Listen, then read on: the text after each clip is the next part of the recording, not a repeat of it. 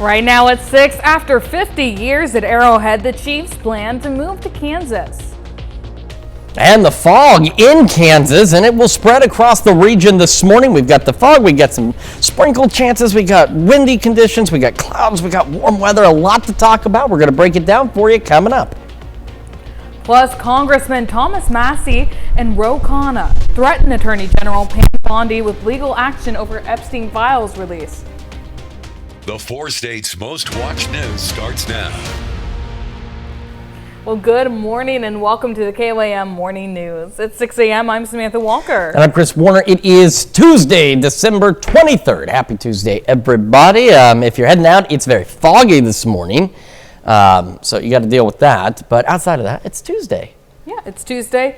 We are 2 days away from Christmas, which means prep time for everything that we still need to get done as here. Like, you need to finish. You're pretty much out of time. I mean, you've got, like I said, through roughly 6 o'clock tomorrow evening before things start closing to get everything done, get your shopping done, get the meals done. If you're doing a big meal, all right, you really are running out of time to get the right stuff for that. If you're going a little simpler, you've got a little bit longer on that because, a lot of folks, even if they don't eat the whole thing for some reason, we still make those big extravagant meals, even when we know we can't eat the whole thing.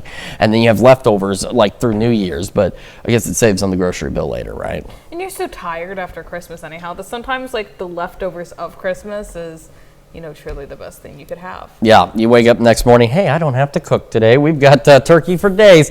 Hopefully you have done your shopping. Hopefully you've got it done. If you are heading out to work, to shop, to travel in our area, you need to be prepared for some very dense fog because that's what we're facing this morning. We're going to take a quick tour around the region starting in Pittsburgh with our camera in downtown Pittsburgh. And you can see, again, the fog not overly dense in Pittsburgh, but it has been picking up a bit over the last, say 30 minutes or so. Same from our camera 7th and range line. Again, visibility is not significantly reduced, but you can definitely see there's that haze out there. KDOT camera just north of Baxter on 69, looking pretty good so far this morning. We're going to head to the one north of Pittsburgh, south of Pittsburgh on 171 here. And again, just that slight haze, but we've got denser fog outside of that. Quick look, MoDOT camera, 32nd in range line. Looks good so far. Same from the one at 20th in range line. You can see there's, again, just that slight haze out there. We do have some slightly denser fog, though. I-44 exit 4, the MoDOT camera there says is going to be heading 43 south to Seneca or I-44 back toward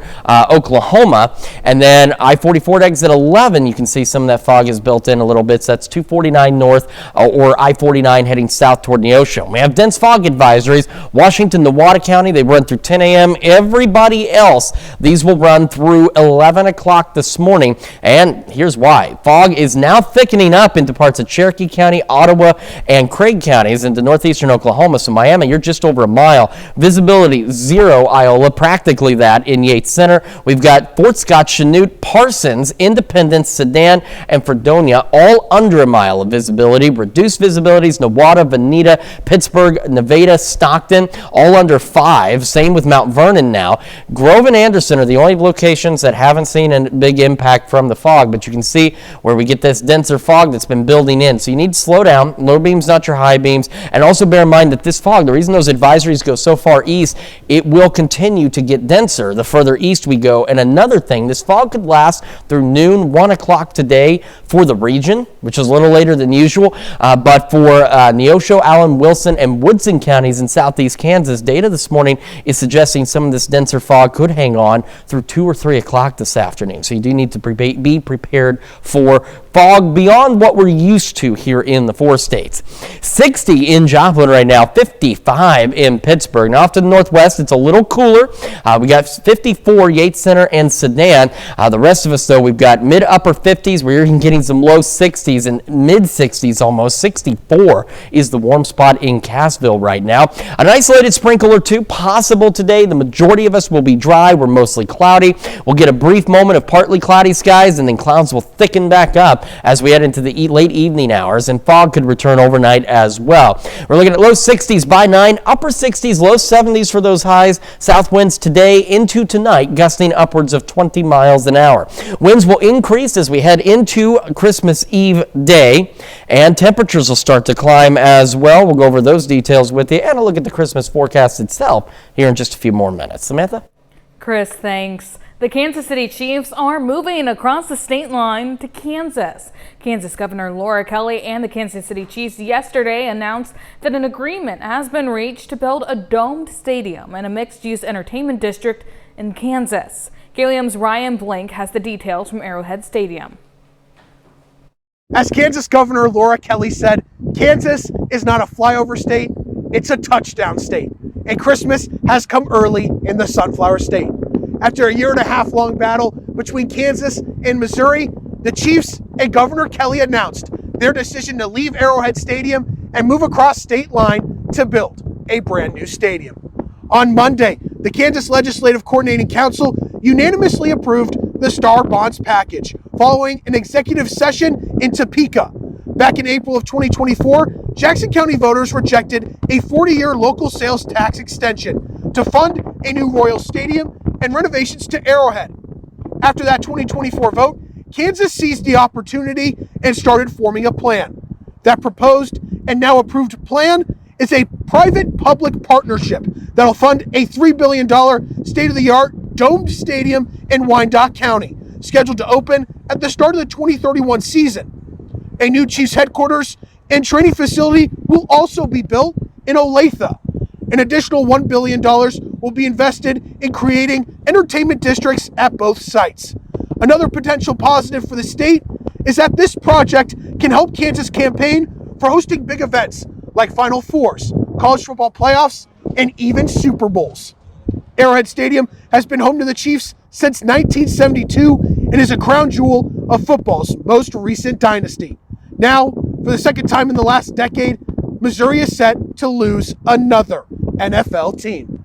Reporting live in Kansas City for KOAM Sports, I'm Ryan Blank. Kansas Governor Kelly says the partnership will create over 20,000 construction jobs and bring $1 billion annual economic impact to Kansas without raising taxes or using current state funds. The new stadium will be in Wyandotte County. It will be a world-class facility, the envy of professional sports. It will be surrounded by an entertainment district to beat all entertainment districts, hotels and restaurants and bars and more. Game day will be all day. The $4.4 billion deal includes a $3 billion price tag for the construction of the stadium. Well, Missouri Governor Mike Kehoe reacting to the news yesterday. He posted to Facebook in part, "State leaders did our part in putting together an attractive and competitive package that was a good deal for Missouri taxpayers and for the Chiefs." You can read Governor Kehoe's full statement on our website, KOAMnewsnow.com. Well, fire crews arrived in Nevada on Sunday to a motorhome and trailer engulfed in flames. The fire threatened to spread to a nearby metal building and the surrounding grass. Crews were able to bring the fire under control and there were no injuries. The city of Nevada has issued a burn ban until further notice due to the dry conditions. A police car was rear-ended on Monday afternoon by a truck going highway speeds. The OHP trooper was sitting stationary with emergency lights activated on westbound I-40. The driver struck the patrol unit from behind while the trooper was still inside. Both of them were rushed to the hospital, where the trooper is listed in stable condition, and the other driver is in critical condition. The move over law states that when a vehicle is on the shoulder with emergency lights engaged, other vehicles are to move to the other lane if possible. Well, more files related to Jeffrey Epstein are expected to be made public, according to Congressman Ro Khanna. The Department of Justice says it has hundreds of thousands of more pages coming, but the heavy redactions and a slow release has drawn outrage from lawmakers and survivors. Reporter Christian Benavides is outside President Trump's Mar-a-Lago estate with the latest. And I won't be satisfied until the survivors are satisfied. Congressman Thomas Massie and Ro Khanna are keeping the pressure on the Department of Justice, threatening Attorney General Pam Bondi with legal action if they believe the DOJ isn't acting in good faith as it releases the Epstein files. The problem is this was a slap in the face of survivors. What do they want? They want to know who are the rich and powerful men who visited Epstein's rape island and covered up the abuse. Deputy Attorney General Todd Blanche says a slow rollout and heavy redactions are protecting the survivors and the innocent. You're talking about 1 million or so pages of documents. Virtually all of them contain victim information. President Trump signed the Epstein Files Transparency Act into law last month, and though he was once friends with Epstein, he insists he didn't know about his crimes. What this whole thing is with Epstein is a way of trying to deflect from the tremendous success that the Republican Party has. More than a dozen of the new files were briefly taken down, including an image that appeared to show Trump. The Justice Department clarified it was flagged for additional review and reposted after there was no evidence Epstein survivors were in the image. I don't feel tremendously confident that everything will come out. Annie Farmer is a survivor.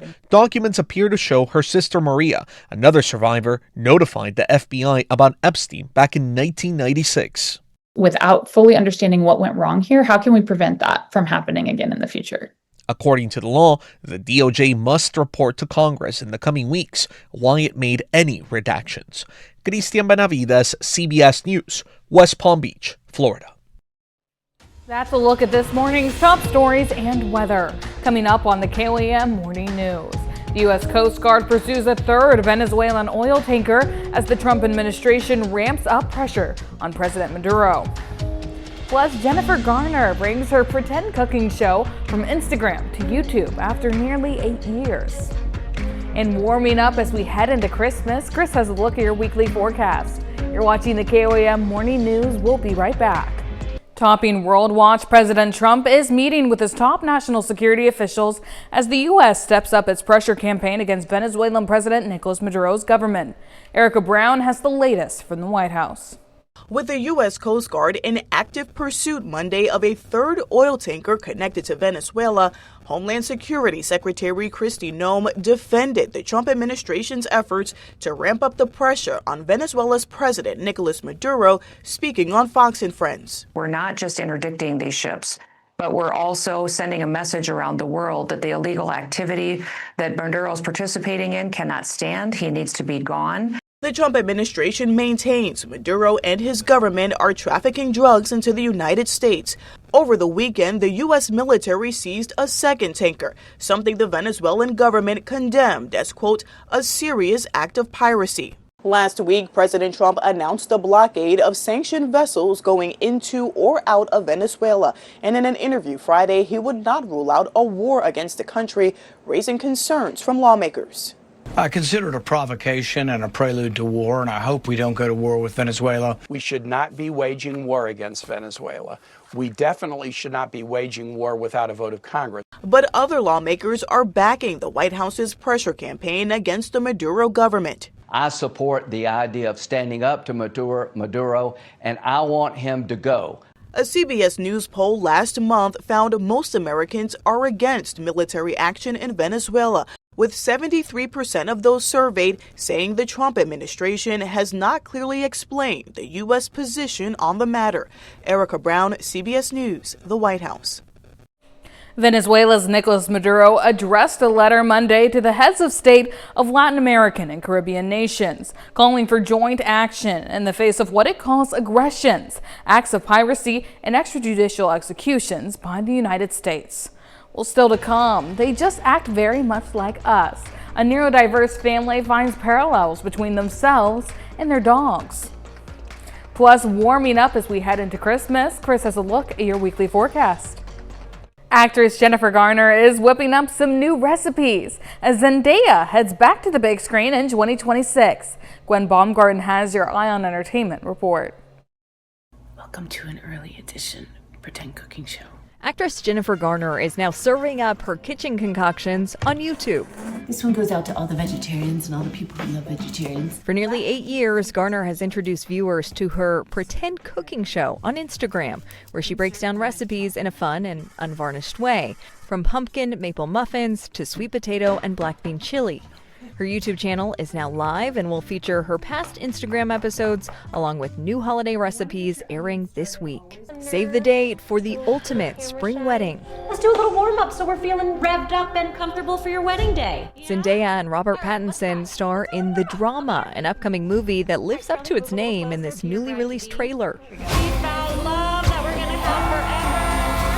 The drama is in theaters in April. And next year, actress Zendaya also stars in the movie The Odyssey, whose highly anticipated trailer has just been released. No one could stand between my men.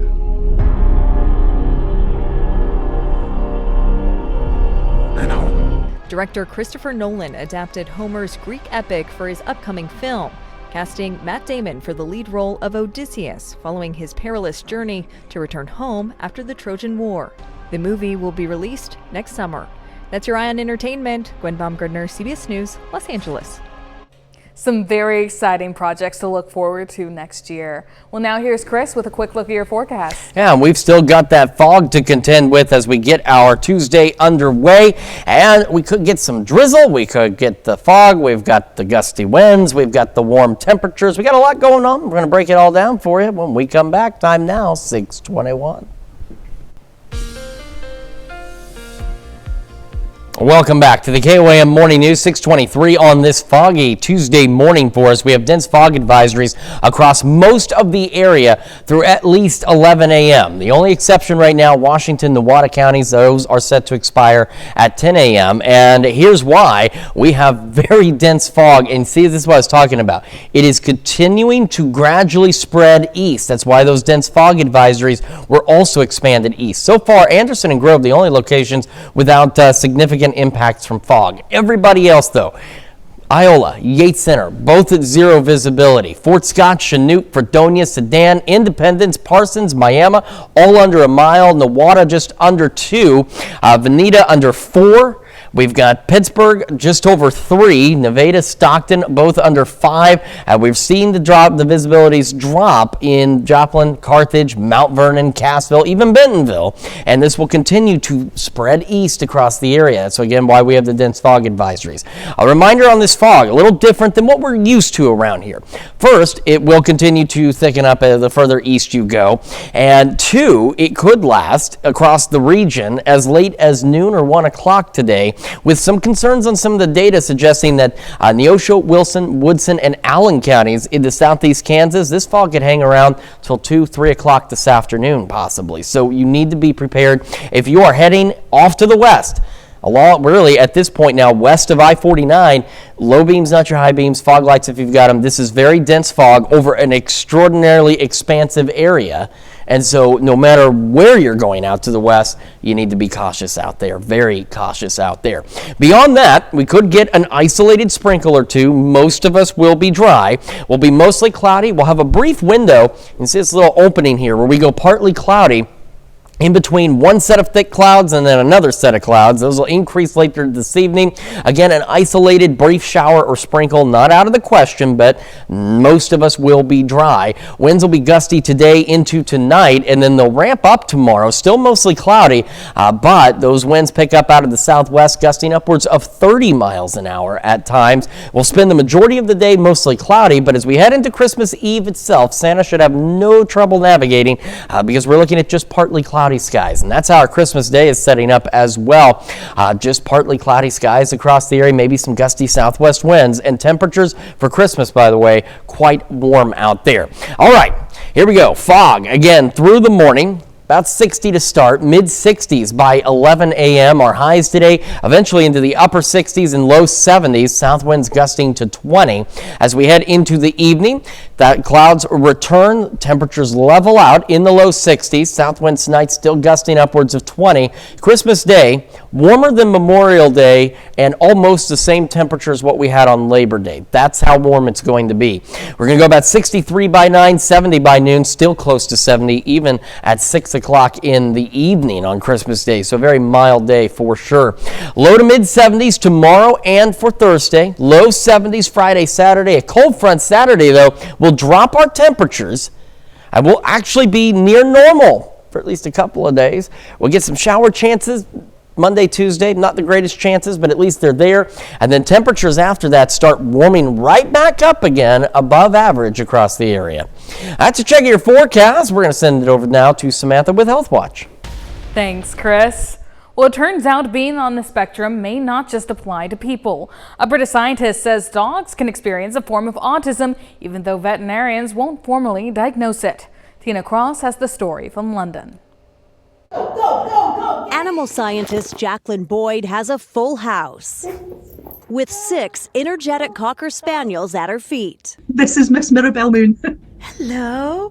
She says her pets give her a front row seat to the latest scientific conversation, neurodiversity in dogs. There's good evidence of biological signatures of neurodiversity in different species, and particularly in dogs. Dr. Boyd says our faithful companions can have structural and chemical differences in their brains similar to people diagnosed with autism. They still have the same emotional reaction to the world, similar emotional states. It's recognizing that commonality. Boyd suspects she has ADHD herself. As an academic, I can hyper-focus intensely, and I very much see this in my spaniels as well.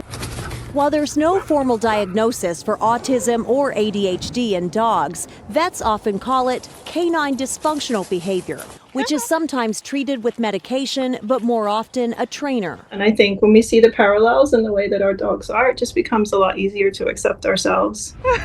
Natasha Price and her 2 kids, Izzy and Benji, are all neurodiverse and think their dogs are too. They just act very much like us. They get zoomies. My son, we joke a lot that he and his dog Olive are really, really similar. Does it help us bond with our pet more to know if they're neurodiverse? It helps us actually improve their ability to bond with us also, because they're more likely to feel safe and confident. Perhaps making the ride through life together a little smoother. Tina Kraus, CBS News, London.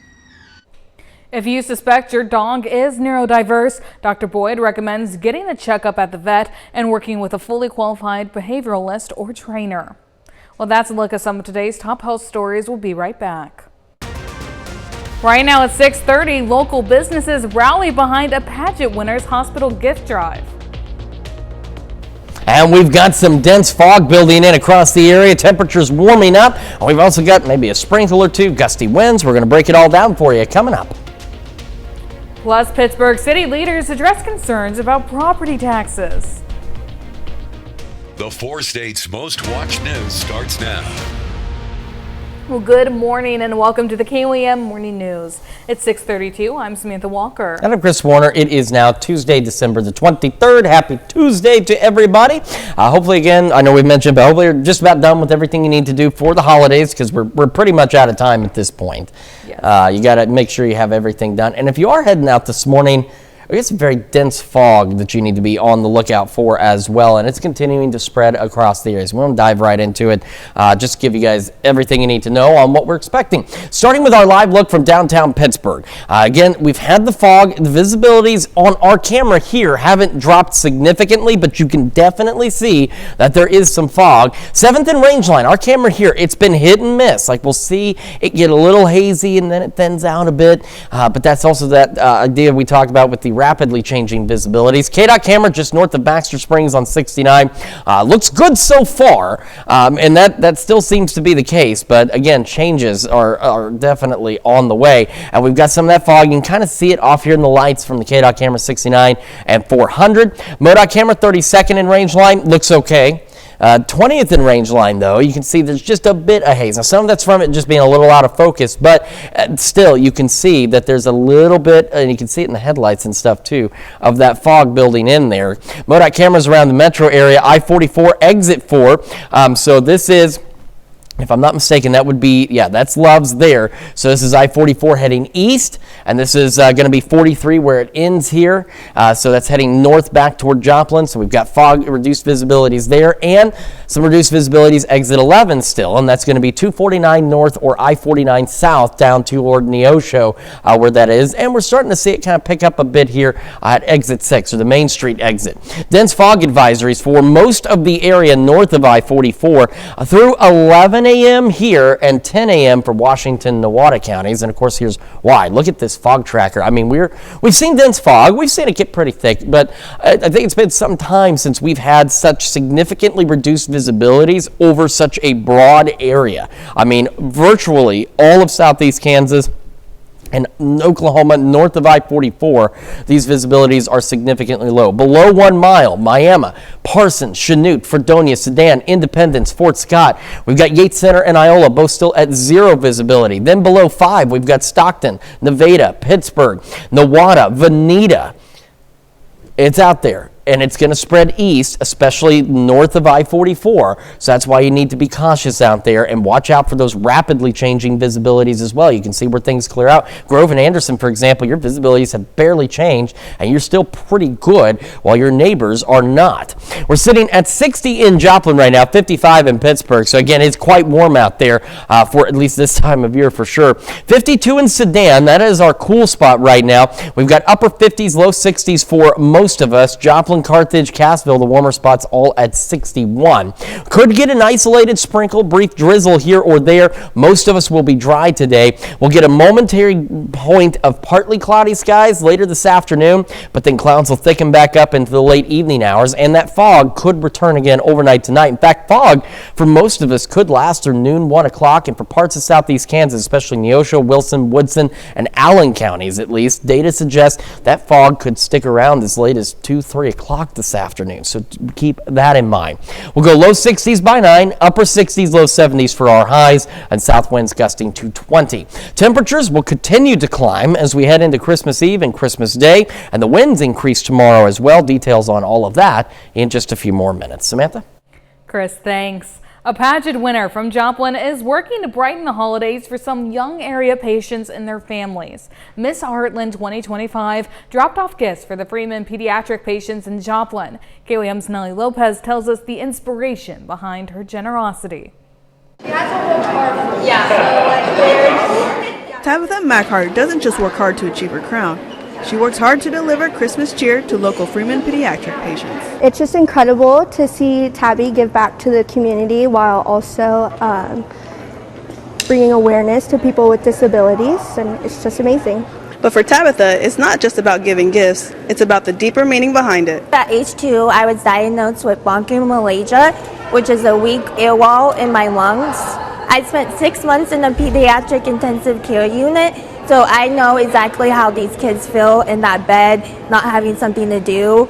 So each time I get to do this, it just fills my heart to give back to something I was a part of. As for her 8th annual Christmas drive, this was the biggest donation she's had so far, all thanks to several local businesses. I had Kiddo's Tacos, we had a salon, we had TJ Pharmacy, we had a dress shop. It's incredibly important to give gifts to kids in the pediatric department because it shows them joy and comfort during the holidays during a scary and stressful time. Hey, thank you, Ty. Bye, folks. It's nice meeting you.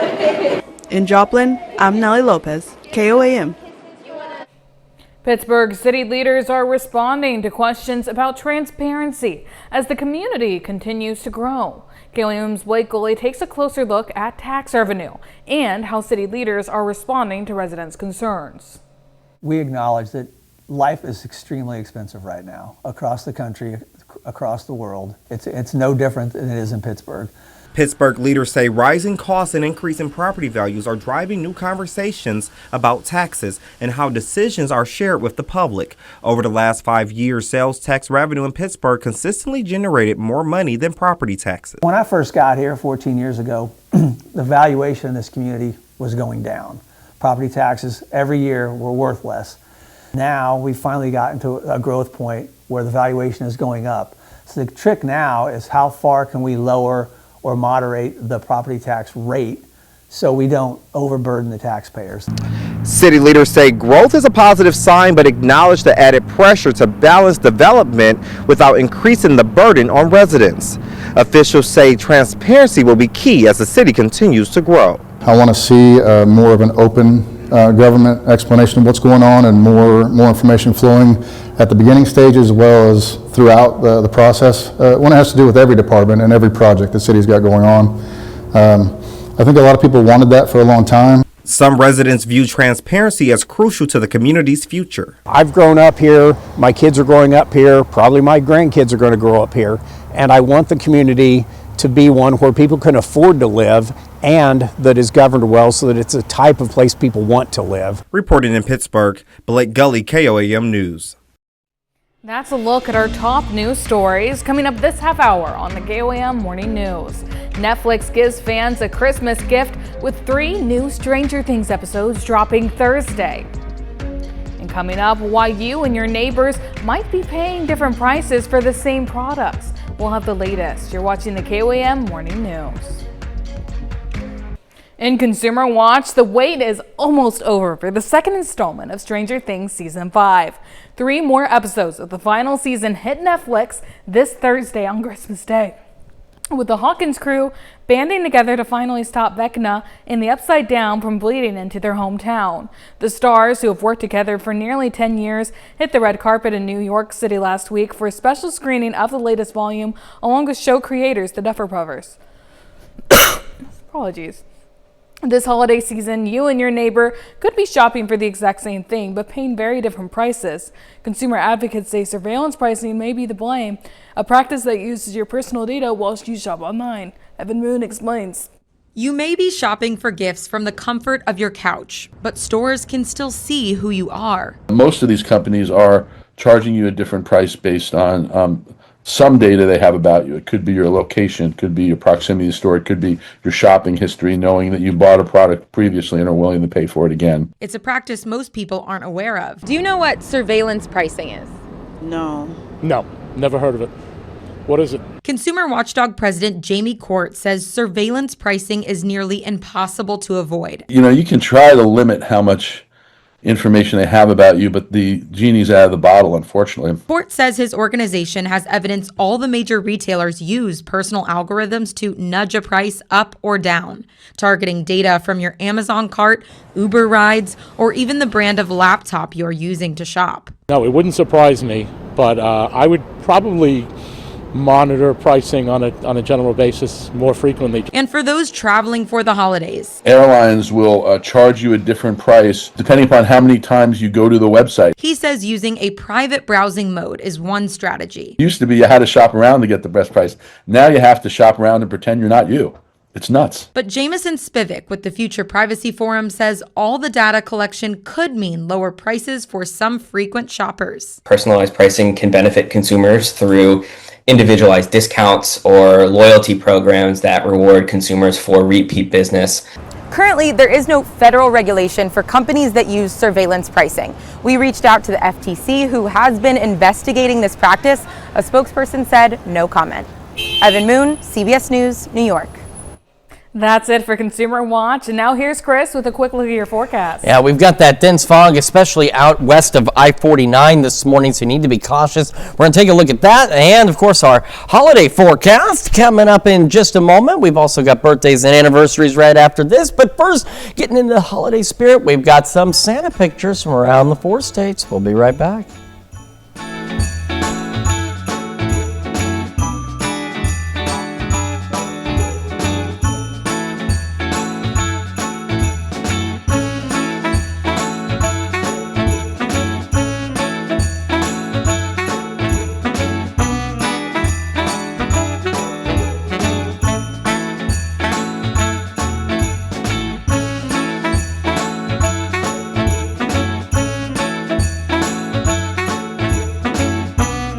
All right, time for some Tuesday birthdays in the 4 states, and we are starting with Liam Creets, celebrating birthday number 5 in Pittsburgh. Says, "We love you, Mom, Dad, Spencer, and Xander." Well, moving over to Moran, Tucker Emsinger celebrating birthday number 9. Happy birthday, Tucker. And we've got Elsie Anderson celebrating birthday number 11 today. Happy birthday, Elsie. And in Parsons, Nevaeh Keeling is celebrating birthday number 15. Happy birthday, Nevaeh. And in Jasper, also celebrating birthday number 15 is Kira Whitchurch with love from your family. Happy birthday. And in Chanute, Cadence Whitworth is celebrating birthday number 16. It says, love, Mimi. And in Pittsburgh, Keaton Bollinger celebrating birthday number 29. Happy birthday. And in Miami, Oklahoma, Dakota Berry celebrating birthday number 29. It says, love, Dad, Mom, and Parker. And in Webb City, Brittany Kender, celebrating birthday number 35, says, happy birthday, love you so much, from SA. And in Joplin, Wayne Funderburg is celebrating birthday number 54. Happy birthday, Wayne. And we've got Wally Jones in Nevada celebrating birthday number 68 with happy birthday love coming from Amanda. And John Sherwood is celebrating birthday number 70 in Joplin. Happy birthday, John. And Sharon Hurt in Joplin celebrating birthday number 75. Happy birthday. And an anniversary today. Gary and Rhonda Hawkinson are celebrating their 35th anniversary. Happy anniversary to them. And another birthday, Ashton Lovell in Arma celebrating another year wiser. Happy birthday. And in Columbus, Tom and Yvonne Gattel is celebrating their 53rd anniversary. A very happy anniversary to them. As well, and a very happy birthday and anniversary to everyone on our list. And we do want to mention very quickly, if you have a birthday or anniversary for the 26th or 27th that you want to celebrate, those need to be in by 3 o'clock tomorrow, or they're not going to show up until Monday with the holiday. You know, I have a lot of folks taking off, and that includes people here at the station, of course. So if you've got a birthday or anniversary for the 26th and 27th, need to get them in by 3 o'clock tomorrow to ensure they will run on the correct date. Outside of that, if you do want to submit them by tomorrow, or you have others down the road, Samantha has additional information for you. Yes, they need to pay attention to that email they can see on their screen. It's birthdays@komnewsnow.com. That's where they can send those birthdays and anniversaries. And one birthday, because I am terrible at these, and I don't know how many I have messed up over time. You've seen this guy before. The last time you guys saw him on TV, he was 4 here at the station, and he was hanging off the desk and sitting on the stool. And this is Ryan, my youngest here. Amber and I celebrating. He's celebrating his 9th birthday today. Forgot to get it in there. I don't know how I do. It's not like I don't do this every day, but happy birthday. Has it been fun? It's been Christmas vacation. He's spending time with me at work, and he volunteered. He wanted to come yesterday and this morning. He likes coming. You like coming here? Uh-huh. Okay. You having fun? You messing with the guys in the back? Okay. Trevor scare you? Yeah. Okay. Well, go back, have some fun, and we're going to talk about this fog. You see all that dark gray stuff over there? Uh-huh. Yeah, that's those are fog advisories. Here, you come on. You go have some fun. Okay. And we're going to talk about the dense fog advisories, which, again, we've got them everybody up here until 11 o'clock this morning. Washington, Newada counties until 10 o'clock this morning. And this is why. Look at this dense fog out there. Iola, Yates Center, 0 visibility. Fort Scott, Chinook, Fredonia, Sedan, Independence, Parsons, Miami, all under a mile. Reduced in Bartlesville, Newada, Veneta, Joplin, Pittsburgh, Nevada, Stockton, Carthage, Mount Vernon, Cassville, Bentonville. Grove and Anderson, the only ones not being impacted by the fog. But those advisories were extended east because this fog is expected to continue to thicken up a bit as it continues east. A couple of things, though. A reminder, this fog for the region could last through noon or 1 o'clock, which is something we're not used to around here. Before Woodson, Wilson, Allen, and Neosho counties in southeast Kansas, data this morning suggesting some of this fog, maybe not to 0 visibility, but some dense fog could hold on through 2 or 3 o'clock this afternoon. So something else you want to be aware of. As for the rest of today, an isolated sprinkle or two possible. We're going to have mostly cloudy skies, a brief period of partly cloudy skies, and this little band here, and then clouds thicken back up late this evening, an isolated shower or sprinkle possible, but again, most of us will be dry. Winds today gusting to 20, but by tomorrow afternoon, they start gusting out of the southwest up to 30 miles an hour. And we'll hold on to those mostly cloudy skies until we get into the evening, and skies will clear a bit. We're partly cloudy overnight and into Christmas. Temperatures very warm as we head into Christmas, which we'll look at in just a moment. As for this morning, though, near 60 to start, about the mid-60s by 11, cloudy skies and that patchy fog out there, so do be cautious. Another look at your forecast here in just a moment, and we switch over to Fox 14 at 7 a.m. The future is now. We've got a story on flying cars and a whole lot more at 7 a.m. Again, we've got those temperatures today, upper 60s, low 70s. That fog could stick around through 1 o'clock, maybe later for parts of southeast Kansas. South winds gusting to 20.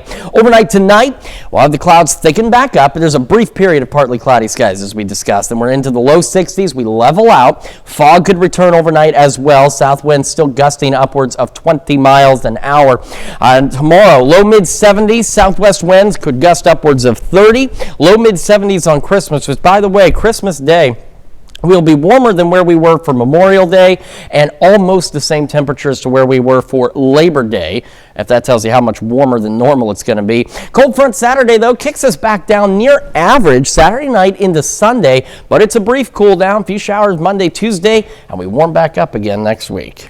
It just feels wrong hearing that Christmas is going to be that warm. In the 70s. I mean, we've had some Christmas, they're in the 40s or 50s, a little mild, but 74, 75 degrees is not right. There's like, what, a 30 to 40 degree difference between Thanksgiving and Christmas in the opposite direction? Yeah. It's been an up and down season so far, it seems like, since late September. Well, thanks, Chris. Well, coming up today at noon, we're making no-fuss breakfast bake in the Mr. Food Test Kitchen. And your morning news continues on KOAM with CBS Mornings, an exclusive interview with the man who disarmed one of the attackers during a mass shooting that targeted a Hanukkah event on Bondi Beach in Sydney, Australia.